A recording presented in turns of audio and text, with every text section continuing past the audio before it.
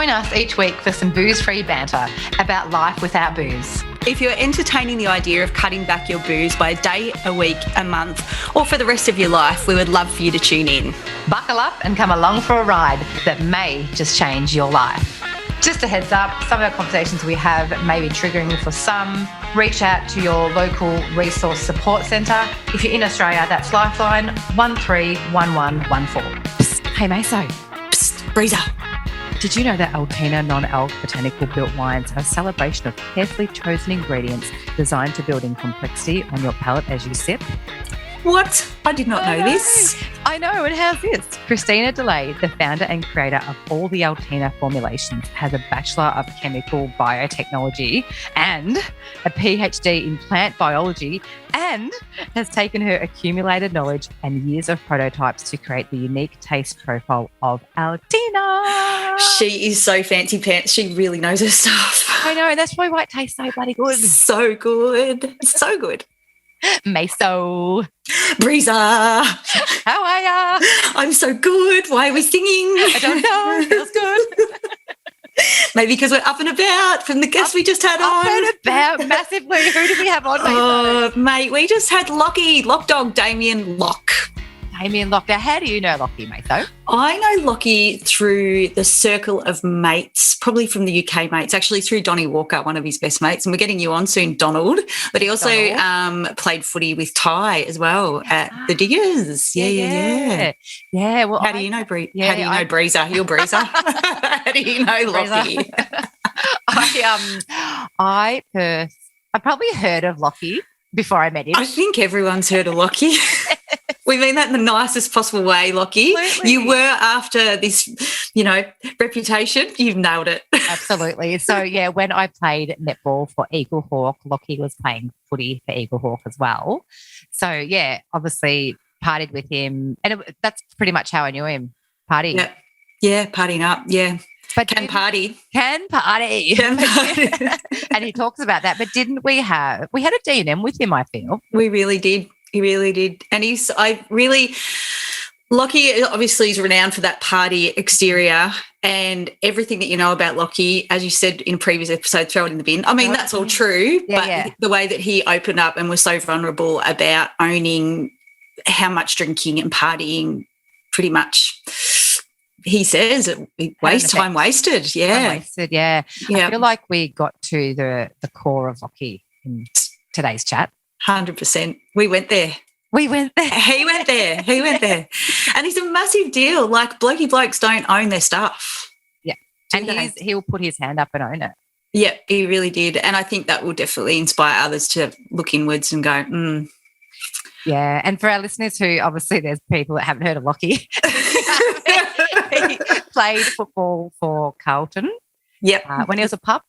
He got drafted when he was a pup, so had a 3-year career with Carlton, and then he went on to become a professional boxer in the ring. He sure is, yep.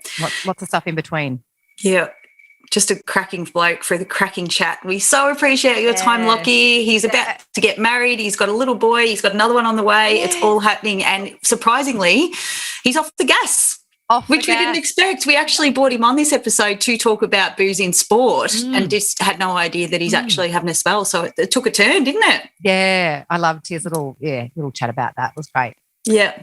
Now, we had a third guest on today, fourth guest who makes a little appearance throughout the podcast. Well, there's 2 actually. Yes, there's 2. There's Rocky. Where is he? Rocky. So Rocky the Hound. You would have heard Rocky mentioned in a couple of previous episodes, so we do apologise. Rocky gets a bit rowdy, trying to take out Rocky and Locky. It was nearly punch on. So you will hear him have a little bark throughout. I do apologise. But then you'll also hear Locky's son at the end. Stay tuned. He pops in. And we've also want to pop out. Yes. We've also got a bit of the sound of nature outside Maso's window. We've got some crickets chiming in the background. We're not sure what time they started chiming because we are recording this one at night time. So I think as the sun went down, the crickets started getting noisy. Are they crickets or cicadas? Cicadas, I think. Yeah. So we're in a twilight session. And what were you drinking? I was drinking Altina, Light Me Up, favourite. No way. Yeah, look at us go, so fresh. Wet my whistle with a little bit of Light Me Up, baby. We love you, Altina, so much. We do love you. What do you reckon, mate? So should we get amongst it? Let's jump straight into our episode with Locky. Damien Lock, here we go. A big warm welcome to a sporting sensation and our favourite party boy, Damien Lock. Welcome, Locky. Yes, Locky. Thanks, guys. Yeah, I don't know about either of them titles, but yeah, we'll run with it, I suppose. Yeah, take it. Own it. We'll unpack them both throughout this episode. Yeah, we'll own it. Now, we're going to throw you straight in the deep end, Locky, with our segment, Shame Story. Yep. You're going to have shame on the name. Shame on the name. You're going to figure it out. Oh, they're going to know. I'm not really someone to be overly concerned about stuff I've done, especially in the past. Now that I've got older, it just doesn't really worry me too much. Like I know I've done a lot of stupid stuff like most younger people have when it comes to alcohol and whatnot, but there's one thing that happened only pretty recently, only about a year ago. It's not so much a shame story, more embarrassing, really. I'm a massive fan of Elton John, and I ended up forking out buying a ticket for $300 and something for a good seat at Hanging Rock, and I was pumped for it, like looking forward to. I had the ticket for about a year and a half, and it was a half day, like twilight show. So I dressed up like an Elton John fan, like pretty camp sort of get up. I did see that. Yeah, it was great. I was absolutely pumped. So I come out of the blocks real hard, and we were getting a bus down there.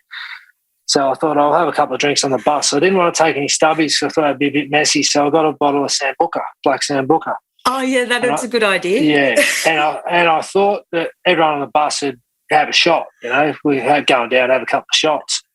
So I thought that'd happen, but I'd had a couple of drinks before I got on the bus, and then I got the bottle, and I'm going, everyone want a shot. No one wanted one. So what happened?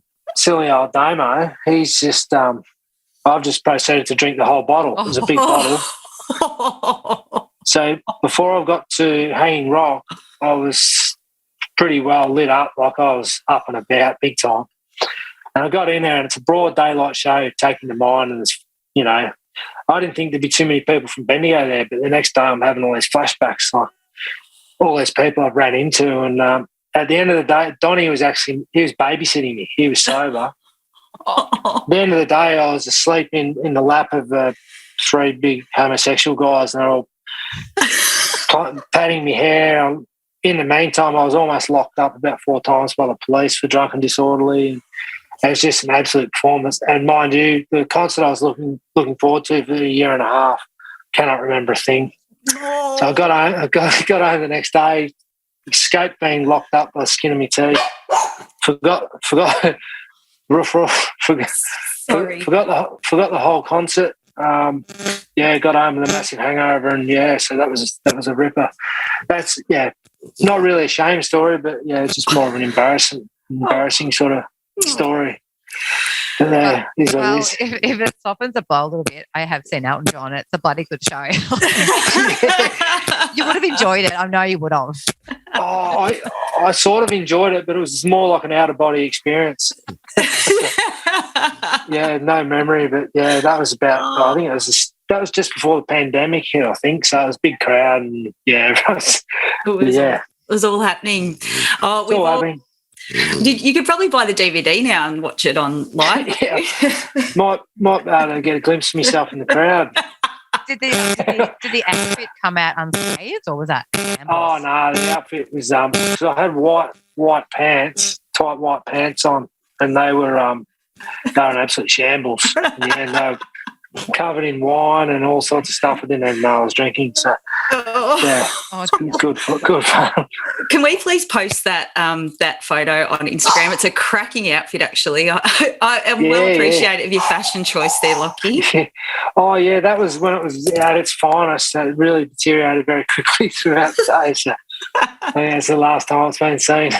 I can see you just being the little bubba in between those gay guys. They would have been loving you, like patting your head and. Oh yeah, I was. They were having a field day. I was lucky Donnie was sober, otherwise I don't know where I would have ended up. Yeah, goodness knows. Let's have a chat about your boozing on. Yeah.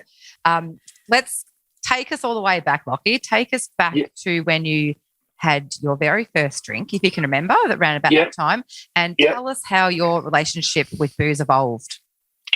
Yeah, well, as a young fella, like a lot of my friends and that were drinking a lot earlier than me, but I was absolutely obsessed with football. That was my big thing. That's all I wanted to do with my whole life as a young kid. Like school, nothing interested me. It was just all football. So I avoided it for quite a while. But I think I was getting towards 17 when I started drinking, and I don't know. I just found a real love for it. Just I don't know. It's just made me feel like it does, and probably made me feel like I was fitting in more and whatnot. And I just got a big thirst for it, and I remember getting drunk on a bottle of gin like when I first started drinking, and I swear I've never drank gin again. I spewed for like a day after it, like drank a bottle of gin as a young fella, and I cannot stand the sight of or smell of it now. Like, it makes me sick. So how old were you? I think I would have been probably nearly 17, I reckon. I just started drinking, and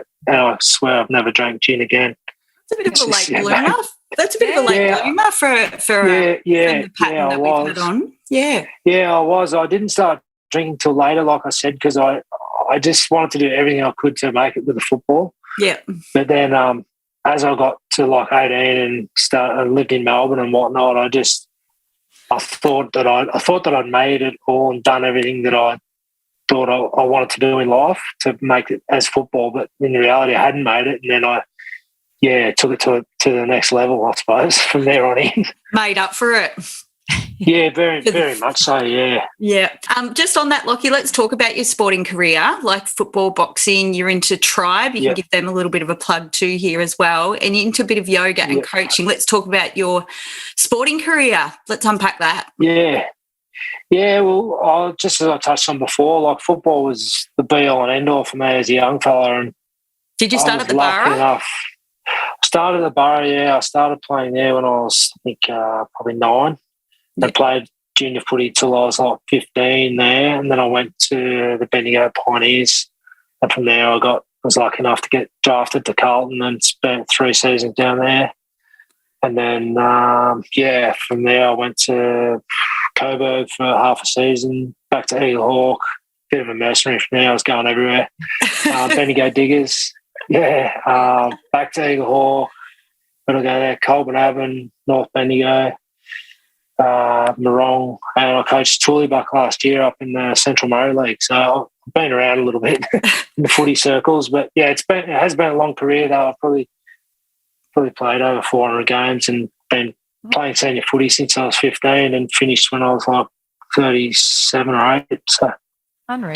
Yeah, it's pretty long. Well done. That's amazing. Well done. And you sort of pivoted from footy. Like, when did you find your love for boxing then, Locky? When did that come along? Yeah, well, I was probably about mid-30s. I started just mucking around with my mate Tuddy, who's the man at Tribe Boxing. He's an absolute legend. And, he just got me into it. And then it's just sort of snowballed. And I got offered to have a professional fight after only having a couple of amateur fights, which is unheard of. And I had my first professional fight at 37 when most guys are well and truly retired. So it's just given me a new lease on life and just showed me what can be done with the right mindset and the right, I suppose, focus and dedication. Because all through my football career, I was never really dedicated.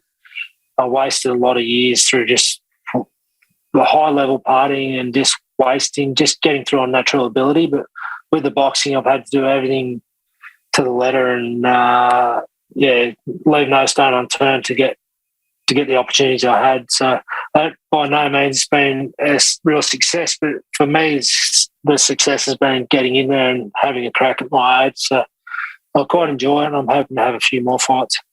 Good on you, mate. That's so good. The win is starting at the starting line, isn't it? The preparation that goes into that. Yeah, very much so. I don't think people understand how much goes into just getting to the starting line in a boxing match to get yourself to that fitness, the level of fitness that's required. It's quite mind-boggling, people, when you don't realise how hard you got to train, cut weight, and everything else that goes with it, as well as getting punched in the head. Just a little bonus. Just get knocked in the car. That's a bonus. Yeah, that's the cream on top. Now, you touched on it just then, Locky, about your partying during your AFL career. We will get to that. Yeah. But I want to know, like, preparation leading up to a fight. You mentioned, just then that there's a lot that goes into it. Being a party boy, how do you, like, switch on, switch off that, the relationship you have with booze? Like, talk us through how you get into that mindset and, okay, you're drinking, are you not drinking? What's happening? Yeah, well, it's been quite, I suppose, two contrasts. Like with my footy, I always just drank and partied and could get through with sort of just a bit of a natural ability, and what I've been doing since I was a little kid. So I knew it's second nature. But, just a gun. Yeah. Oh no, not that. But just doing it my whole life. Like that was my everything as a kid. So with humble. The boxing, you got to. Yeah, you can't. With boxing, you can't play boxing. It's not like a sport. Like it's someone's in there trying to actually maim you, hurt you. So if you go in there underprepared and you can't get through a round, you're going to get hurt. You're going to get knocked out or hurt badly. So you can't afford to be drinking and partying and doing that while it's got to be 100% commitment, especially at a later age like myself. So since I turned professional, my trainer, Taddy, said I'm not allowed to drink during the training camps and whatnot, which is normally 8-10 weeks. So just cut the booze out then and just ate well. And, so that's been the catalyst behind it all. Since I turned professional, I've just switched off the booze, got off the booze when I've had a fight coming up. So it's been good in a way, and I feel a lot better for it. You make it sound easy, Locky. Like you're just like, I just get off. I just switch it off. Like you make it sound easy, but if it isn't. Yeah, no, it's definitely not. Like, sort of goes hand in hand with I had my first child, Lewis, in 2017. So that's helped as well. I don't want to be a piss wreck around my young fella, So, and that's helped as well. So life has changed a little bit for me. Like in the previous years, I was just like party boy, single, no worries, just doing whatever. But now I have responsibilities as well. So I think that's definitely helped as well. As well as getting old and maturing and smartening up finally. I feel like when you're committed to something, Locky, like you're going all in with your partying, like you're going in hard, and then when you're focused on your boxing, you're going in hard as well. Like you're an all or nothing kind of man. I think that's right, Breeza. Yeah, like I was thinking that the other day. Like whenever I've done something in my life, I remember being as a kid, I was that focused to make AFL. That was I'd train every night for hours, and that was, I think I've been like that ever since I was a kid. I'm just glad I found this boxing as another passion for something that's overtaken. That's my number one passion now by a mile. So I'm just hoping when that's finished, I'll channel towards something else. Sort of someone that's good. Yeah, God, I think I need.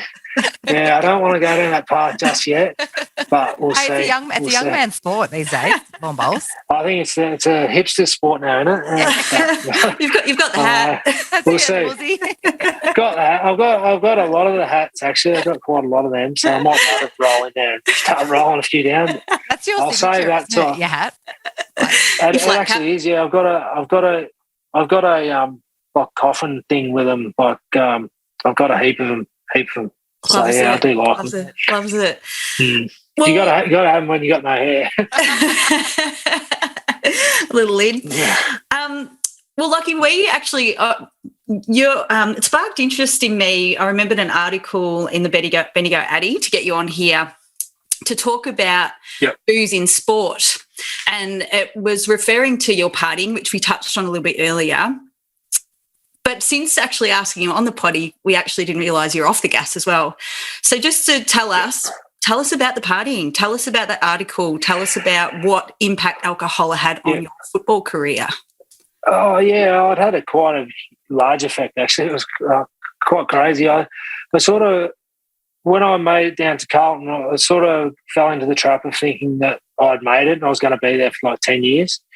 And when a few things didn't go my way, I just reacted rather childishly and sort of, get on the piss and partying up. And all of a sudden it sort of got out of control and I was partying quite recklessly and before games, everything. And, before I knew it, I went on an overseas trip to London, and before I left, the club said I'd still be there. And when I got back, I found out I'd been given the arse. And it was quite a substantial trip of partying as well. And, I just thought I lost my way really badly. And I sort of used partying became who I was, football was my identity. And when that was taken away, I think I used partying as that was my identity, and then I just took that to the extreme level. Like I was saying before, I do them pretty hard. So I spent a long time partying, probably from 18 to like late 30s, partying pretty hard. So it's quite a long time. And actually during that time, I was just trying to work out who I was, I think. I didn't really have any other real direction. Like football was everything, and I was still doing it at local level and that, but it wasn't. Yeah, didn't really have much of a career or anything as such. So how old now I'm were you working drafted, full. Locky? Sorry, how old were you? I was 17 when I got drafted, and I left there when I was like 20, 21, and just with no direction at all. And I look back on it now, I think, Jesus, I was just a pup with no direction, and I just sort of. Yeah, I did use the partying as, I don't know, probably that's who I was, and I like to show people that I could party. And I think that's what I don't know, looking back on it, I think that's why I did it so well. So I used it, that was who I was. But now I'm working full-time, conquering, enjoying it. Just with the boxing's been great for me as well. It's given me a new lease on life, and now I'm training people as well. So, it's been really good in that regard. So, I want to know, Locky, during that time with the footy club, did anyone at any stage pull you aside and say, mate, pull your head in? No, not really, no. I didn't. I never got told by the club that I was going too far with it or anything, and I sort of just – look, I was very immature when I went down there, like very immature, and I walked in there and these guys were like my idols and stuff, and I just, I don't know, just to try and fit in, I think I just partied, you know what I mean, and tried to, I don't know, just try to fit in with being a bit of a larrikin and whatnot, and it sort of worked in a way, but then I lost sight of the fact that what I was down there for was to play footy and make it in the big league, and I didn't do that because I sort of went off track pretty badly, which was, I'm not blaming anyone for that. That was all me. So it's just that's the wonderful hindsight of life, isn't it? You look back and realise, what you could have, should have, and so many people that could have, should have, and would have. So it's all learning, isn't it? Do you feel that the lack of support in the footy club at that stage compared to what it was then to how it is now? Do you think there's stricter rules around alcohol and boozing and players and stuff now? What's your vibe on that? It's hard for me to really comment because I'm not anywhere near the inner sanctum at all. Like, I'm out of it, so I don't know. I gather from what you read and hear that they seem to push it, that they are looking after the guys and whatnot, but I'd imagine they would be more than what they were when I was down there, but there wasn't a whole lot when I was there. But I don't blame anyone at all for the choices I made, because I was certainly very reckless, and like I said before, I was just very immature and probably trying to impress people and whatnot, and didn't, you don't realise what's at stake when you're a young fella, and you're just sort of finding your feet in life with partying and drinking and women and all the stuff that getting amongst it, all the fun stuff. I actually I read that article, Locky, and I kind of, and correct me if I'm wrong, but I did feel a sense of regret. Was there, like, when you look back at that time? Is there you could say that. Yeah, it probably is. And in that article, I think I said that I don't think I would have made it in a big way in the footy, because I did have my deficiencies with certain things like skill and pace and whatnot. So I do believe I could have etched out, a few more games, another 30 or whatever games, if I had been a lot more dedicated. And like the dedication I show now to the boxing, if I had that when I was young, it'd be a different story. You know, I would have got the best out of myself anyway, and you wouldn't have those sleepless nights. So yeah, there is a little bit of regret, but it's also been a great learning curve as well as I got older. So Yeah. And that was how long ago? 20 years, was it? oh, a long time, yeah. Like yeah, what was that? I was only like 20, now I'm 30. And now I'm 43, so yeah, that was whatever that is. Do the math, people. 23 years, I got that right. Yeah. So yeah, it's like a half lifetime ago for me. So obviously everyone changes and evolves and learns. So that was my introduction to young adulthood, I suppose. Yeah. And I feel like now there is more awareness, maybe because we have seen players be brought down by, boozing through the media. Like there's a couple that come to mind. So I think you know who I'm thinking of. But was it a boozy culture, Locky? When I first got there, it was like end of 1996. So that was like, I think I was just got there at the end of the sort of in the changeover of the eras. I think it started to turn. I think it started to turn more professional and stuff, in the early 2000s. So I think I was just sort of at the back end of the real, piss up the footy culture as it was then. But in the AFL anyway, I think country leagues are all still fairly similar to that. But it was a fairly boozy culture, but I wouldn't say it was over the top. So you mentioned before, Locky, you've been off the booze since start of this year? Yeah, just New Year's Day I decided I was going to get off it, yeah. Yeah, and that was for like the boxing focus mainly? Yeah, it was more the boxing focus, yeah. But, the fight's actually fallen through. I was going to fight on March 19, but I'm not now. But I have decided just to keep off the booze and keep training and just see where I can get myself. So I'm hoping to be ready to fight later on in the year if I'm ready and whatnot. So yeah. So when you were boozing on, what was your choice of drink, and have you found an alternative for it, or what are you doing to substitute? I'd go in phases. Like I'd be 1 week I'd be drinking cans of Guinness. I'd come home and put them in the fridge after work. I'd have a box of beer. I'd drink spirits because they got less calories. Like trying all those things. But honestly, I'd mix it up. Like if I was drinking beer for 3 weeks in a row, I'd get sick of that. I'd drink spirits, or I'd mix it up as long as it's alcoholic. There was a period there before Christmas where I was drinking way too much. I was drinking all the time, and I just thought, that's it. I'm going to clean myself up and get back to feeling good and not so lethargic, and just a lot more positive person when I'm not drinking. So, have you tried any alcohol-free drinks, or use the solid waters? No.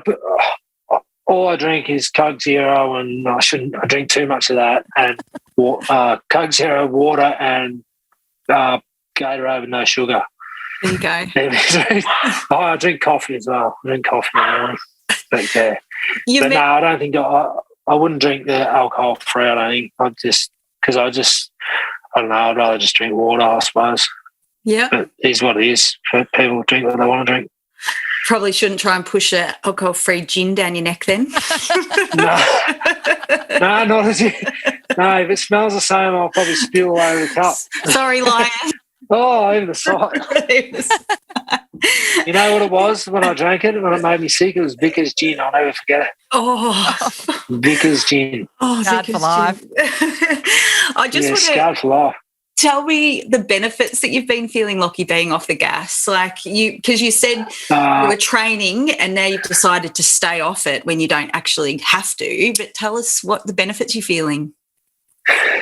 Yeah, well, I just feel I'm just a lot more responsive. Like if I've been on the booze and that, and people ring me and stuff, like I'll just, I won't get back to them. I'm just, not in a bad way, but I'm just like, can't be far. Just can't be far. Yeah, exactly. I've got no motivation. I just go into my shell, and I'm just, I get grumpy and irritable, and I don't like being like that. So and now when I'm not drinking, I like to get up early, go and do something, see the sun come up, train in the morning, just get active and get around it. But if I'm been on the piss, like I'll sleep in, just a slob really. So I don't just the food that goes with it as well. So I don't like it. It keeps me disciplined. If I'm not drinking, I'll eat better. It all sort of forms a line, I suppose.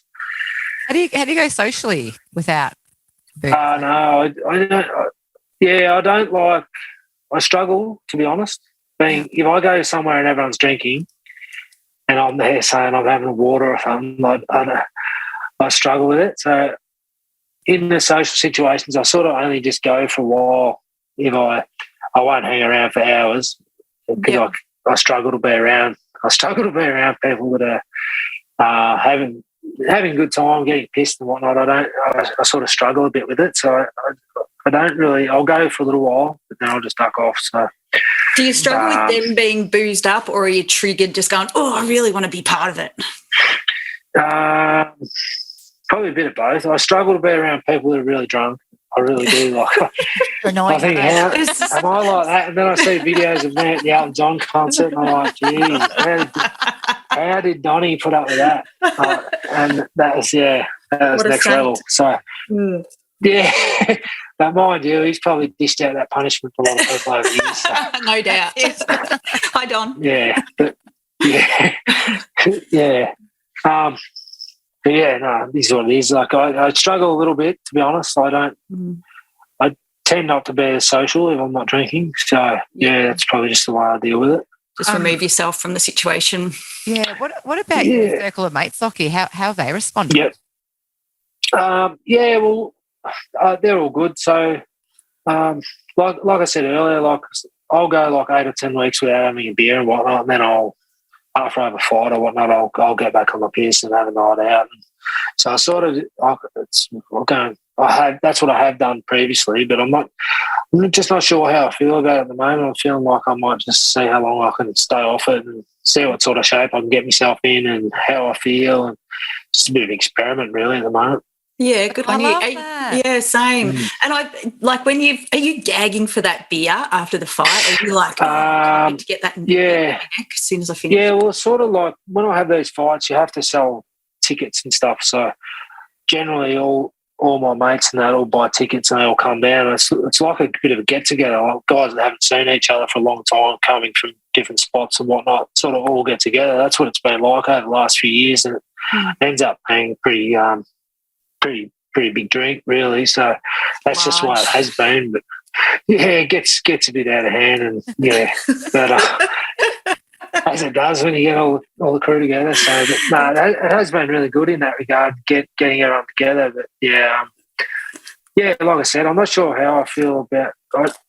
I sort of this year I want to stay off the piss as much as I can and get the best out of myself, because I know it's probably my last year, definitely my last year in the professional boxing. So I want to see if I can get a few fights and achieve something. So we'll see what happens. It's early days though.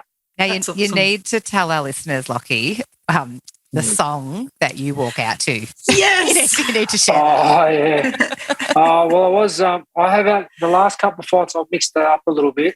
I did hear that. My original song was Peter Allen, I Go to Rio.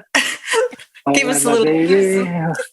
When my baby smiles at me, I go to Rio. Did you never? Yeah, no, it's a classic. I picked that song because, at the boxing, most guys come out to Akadaka and headbang, getting real angry. I thought I'd try and find the gayest, happiest song I could find. For an Australian icon. Yeah, it's a bit of a laugh. It's I brilliant. might bring it back next time. Yeah, it's a good laugh when it comes. It's so good. It's classic. It's well thought out. It just lifts people's mood, I reckon. Yeah. It's a perfect song to go out to know you're about to get punched in the head and you're listening to a gay guy. Like, I love it. Gets you nice and relaxed. Are you using any tools or support or anything like that, or have you've just gone cold turkey? What advice would you give to our listeners to get off the booze or to give themselves a spell? I think a bit of advice I'd give is you just got to find something you're passionate about that means something enough for you to stay off it. Like, in my case, it's been family and boxing pretty much. But if you find something that you're really dedicated to and believe in, I think if you jump into it, and you don't want the booze to affect it, so make sure you got to do it the next day and keep you off the booze. I think that's a really strong way of doing it. I think you just got to have that drive, and you've got to have something you believe in and something you're passionate about. So that's a bit of advice I'd give. Just be passionate about something, find something you want to do, and jump into it head first, and don't let the booze and the big nights and that affect it. So I don't know. I suppose that's something you can start with. Love that. We haven't heard that advice yet, have we, Maso? No, that's gold. We haven't. That's an absolute golden nugget, Locky. Yeah. Yeah, I'm good at the golden nuggets. Actually, I needed to ask, what was your go-to food for your hangover? Oh, God. Just anything. I'd go to a bar and just clean it. I don't know. I was a pig when I was on the piss. Like I'd go to the local Bay Marie, I'd go to KFC, mac and fish and chips. I couldn't say I've got to go to. It's like when I'm on the alcohol, it's anything. So, just anything goes. Yeah. I ask a little random question at the end, and you've actually got a little tidbit. So, besides Damien Lock, Lock Dog, Lowy, D, who's the loosest unit in the AFL? I don't know. I've been out of the AFL circle for a long time, but I'd say if you had to put a finger on someone over the last couple of years, it'd have to be Ben Cousins, wouldn't it? Cousins. Yeah. At a guess. I don't really know many. I don't really know many of the guys. Have you read Cousins' book? Yeah, I have actually. Yeah. It's great to see him doing. Looks like he's doing really well at the moment. So I wish him all the best. Yeah. Did you mix in his circle? Was he around when you were around, or you? Nah, he was playing. Yeah, I've actually played against him once over in Perth. Right. He's my age, so I played against him. He was in that era, but obviously he was a superstar, champion player. Hopefully he can get himself. I think he has got himself back on track, and he can stay on track because I think he's a great guy from what I've heard and whatnot. So sad to see how off the rails he went, but I think he's doing well. So wishing all the best. Yeah, too right. Absolutely. And one just the other little curly one. Did you have superstitions before you played, or with boxing as well? No, not really. I like to test superstitions out. Like it's actually, I don't know, it's probably reverse. Like, whoa. Drop the phone. We always have a phone drop. So I'll do if I do something and I had a really bad day, I like to do the exact same thing to try and reverse it. Or you know what I mean? Like it's just weird. Like I'll do like a boxing match. I got knocked out in my second fight in front of everyone in Bendigo. Like everyone was there. Like I was there. Got knocked out cold. Yeah, I was out cold for ages. Night. So the next time I fought, I wore the exact same shorts and socks just to try and, some people would be freaked out by that. They'd say they wouldn't, but I like to go back the other way and try and break that curse, so-called curse, or it's a different reverse superstition, I suppose. I like it. I like it. That's so good. Takes regret, you can't forget. Cellular memory deficit. Takes regret. Yeah, I think like I was saying earlier, I don't get too worried about any shit unless you've done something that's criminal or something really bad. Like I think we've probably all got regrets of stuff we've done over the past, but I don't really have anything that's like that I can think of that's outrageous. But there was one time where I think I was playing footy in Melbourne for Duda Stars in the Essendon District League. I don't think I've mentioned them before, but that's another club I played at. But, on the list. Yeah. You're just a club pig. Club whore. But, so I was at the stage where I was really partying and just off that. And I went out on Thursday night and I woke up on the couch at the Newmarket Hotel on a Saturday morning and knew I had to play.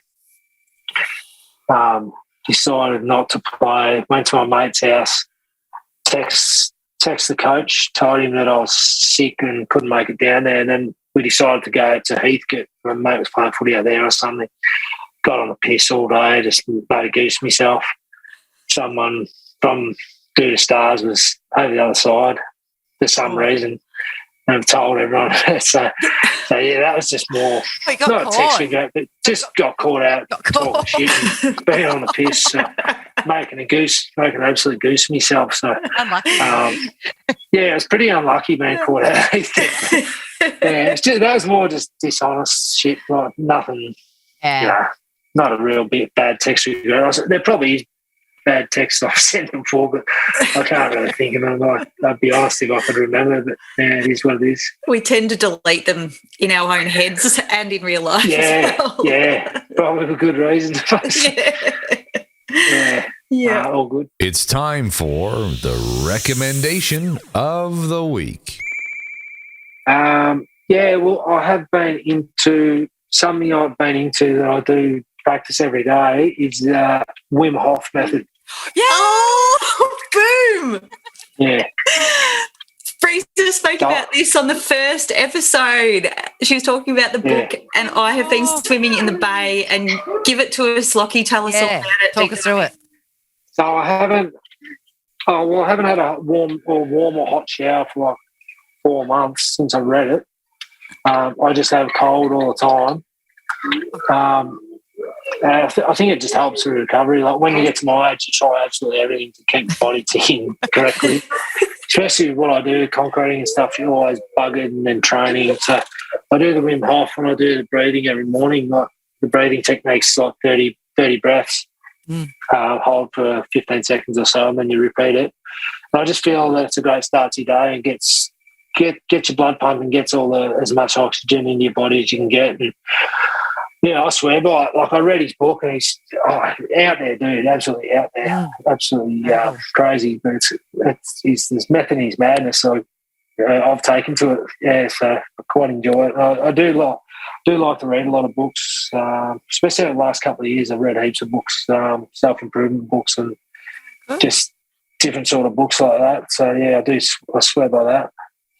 That's so good. Any others that you recommend while you're there, since you've got a little stash? Oh, yeah. I read The Art of Not Giving an F. That was quite interesting. The Resilience book from the guy from Melbourne. Yeah, Resilience Project, yeah. Yeah, that's right. Yeah, I found that all right. The Art of Happiness, the Dalai Lama book. Yeah. They're 4 books off the top of my head that I've read recently. So Locky's I like to read. top 4. Yeah, I like to read them books. I think it just clears the head and clears a lot of bullshit, like a lot of stuff we worry about and go on about now. Like life is very short, and I don't want to waste. I wasted probably 25 years of being off my head and missing days. So try for a bit more improvement and make the most of whatever years I've got left. Is that your little boy that we can hear? Yes. Yeah, he just came in and said, I need a poo. Can we see him? Is he on the TV? Gonna be a big. Where are you, mate? Come here. He ran away. We don't want to see his poo. Come here. Say hello. Say hello. Oh, hi. Say hello. Is he rocking a mullet? He's got a mullet, yeah. He's cool. That's Lewis. He's cool, mate. So. He's cool. Yeah. Locky, mate, we really need to commend you on your honesty. Looking back at your football career and partying days, like that takes a hell of a person to have that introspection to go, geez, really could have done better there. Not many people can do that, so we really commend you on that, mate. Thank you. Thank you for sharing your vulnerability and what you're doing. You're definitely inspiring people. I know that Tribe with Tuddy, you've got quite a crew there, and we are aware that you're drinking. You are renowned for that partying lad thing, and we both, Breeza and I, have spoken about how we're party girls, and that has been part of our identity, alcohol, and where we sit in the world without booze. So it's a hell of a shift. Yeah, so and we know it's not easy by any means. Yeah. So well done on what you're doing, mate. I feel like there's Yeah, cheers, mate. Thank you. what's that quote in the movie Shrek about the onion with all the layers? I feel Yeah, like yeah. that's you, Locky. Like you have just peeled off so many layers in our chat. Like, yeah, I did probably have you, labelled as a party boy. Yeah. Put my hand up, full disclosure. Yeah. There is a hell of a lot more to you. That's not even a label. Like that's just, that's gone that's in the bin. I think, the wisdom that you've shared today, or it's actually tonight. This is a nighttime recording. Yeah. Twilight's game. Yeah. I think, That's where I do my best work at night. Some things never change, hey? I used to, yeah. Yeah. But no, it's like I say, like everyone evolves and life evolves, and like there's no point sugarcoating stuff. It is what it is, isn't it? It's either this way or that way, and it's good to look back on and have a chat about things every now and then, and absolutely see where you're at and whatnot. So I appreciate it. One final question. What? Yeah. I just got to get these words out. What advice would you give to your son when he turns 18, when he's at that age, at that teenage age? Yeah. Where, he can start partying. Yeah. What would you say? What would I say to him? I tell him to enjoy himself, but just make sure he's got balance in life. I think balance is very important, especially for a young person. Just have that balance. So when I was younger, I put all my eggs in that football basket, everything. Mm-hmm. And when that didn't quite go as planned, I rebelled and went extreme the other way. So I think balance is a hugely important thing, not only for young people, but I think everyone needs balance in their life. Like if you're doing too much of something, it's going to eventually crack. So I think you always need something to balance things out. Yeah, right. Just a little bit of everything. Well, you've got a son that needs to do a poo, so you better get to your father duties. Yeah, I look forward to that.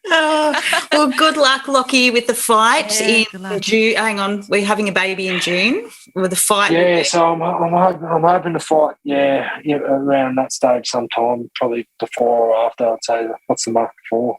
May. Then or something. See what happens. Yeah, it's all happening. It's a big year ahead for you, mate. We so appreciate your time. Yeah. Thank you so much for coming on. You definitely, I know there's lots of people, a lot of people, you've got a big circle of people and there's a lot of wild bunches in there, and I definitely know that those listening, you will have given them permission to have options, to know that we can actually do life without booze. Well, balance.